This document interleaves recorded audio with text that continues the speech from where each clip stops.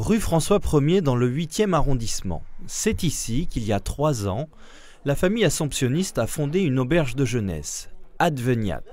Cette devise qui découle du Notre Père porte la communauté depuis son origine au 19e siècle. Les religieux ont fait ici appel à des laïcs pour gérer mais aussi pour porter le projet missionnaire de l'auberge à travers l'association des Amis d'Adveniat. Une occasion pour chaque membre de la communauté de suivre le chemin de Dieu. Quand on accueille quelqu'un, on accueille le Christ. Et c'est un petit peu comme ça que je vois les choses. Accueillir quelqu'un, c'est rencontrer l'autre, rencontrer une facette du Christ. Donc ça nourrit, les rencontres nourrissent ma foi de ce qui se vit dans cet échange. C'est notre référence au Christ qui pour nous dit comment accueillir, comment être respectueux de la différence et comment aider les gens à grandir dans cet accueil. Dès ses fondements, la congrégation faisait appel au dévouement de laïcs pour vivre ensemble le terrain apostolique. Bénédicte a rejoint la communauté à la création de l'auberge. Elle voulait partager un charisme avec les assomptionnistes pour une raison. Leur manière d'être dans l'église, donc ils vivent en communauté, mais ils sont proches dans l'église, ils prennent des missions d'église. Il y a un certain nombre d'assomptionnistes qui sont prêtres en paroisse. Et pour moi, c'était important d'être proche d'une communauté qui soit complètement intégrée dans les églises diocésaines. Sous les chambres de l'auberge, une chapelle a été édifiée sous la protection de Notre-Dame du Salut, mais les résidents viennent rarement entendre le message de Jésus. Le père Arnaud Alibert est en charge des lieux, et sur les 10 000 nuitées honorées l'année dernière, les rencontres ne sont parfois que le fruit du hasard. Parce qu'il y aura un problème de robinetterie ou il y aura au contraire une joie particulière d'une visite et qui fera qu'on se sera rencontrés, on en aura discuté. Voilà, ces cas particuliers où on aura une discussion et donc où on aura pu rentrer en amitié et se raconter l'un l'autre. Mais sauf ce cas-là, une personne qui n'est pas habitée par le désir de venir ici parce que c'est une communauté religieuse ne parlera pas avec nous.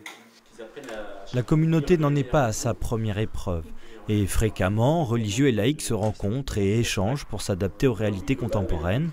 Ce que moi je vis en communauté, c'est que nous sommes sur un accueil long, au minimum d'une année. Ces moments sont importants pour faire le point et que les rôles de chacun ne portent pas à confusion. Cette dialectique, être avec mais pas être comme, les laïcs nous aident à la vivre, en nous appelant toujours à être différents, en nous renvoyant à notre propre source, notre foi, en disant mais au fond au nom de l'Évangile, qu'est-ce que tu es appelé à vivre et qu'est-ce que tu es amené à nous inviter à vivre. Il ne faudrait pas que nous religieux, on profite de la présence de laïcs pour nous soulager ou pour trouver des relais apostoliques parce que nous on n'a plus l'énergie de le faire. Je pense que ça serait une impasse, ça serait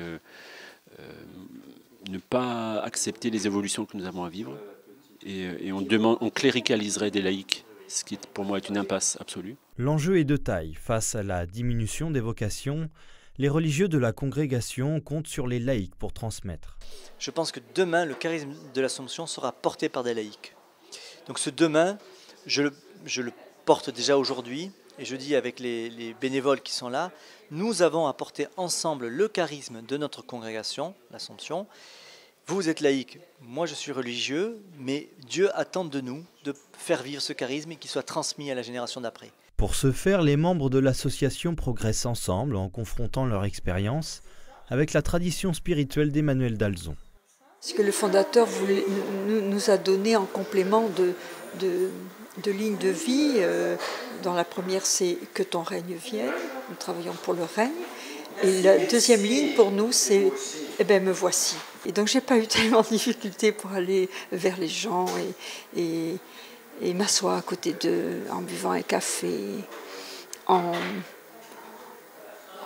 les écoutant, mais plus que ça, en étant persuadée dès le départ qu'ils allaient m'apporter quelque chose.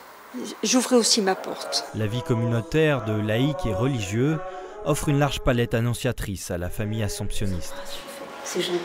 Par sa bienveillance énergique, l'auberge Adveniat construit peu à peu un sanctuaire d'espérance en plein cœur des affres touristiques de la capitale.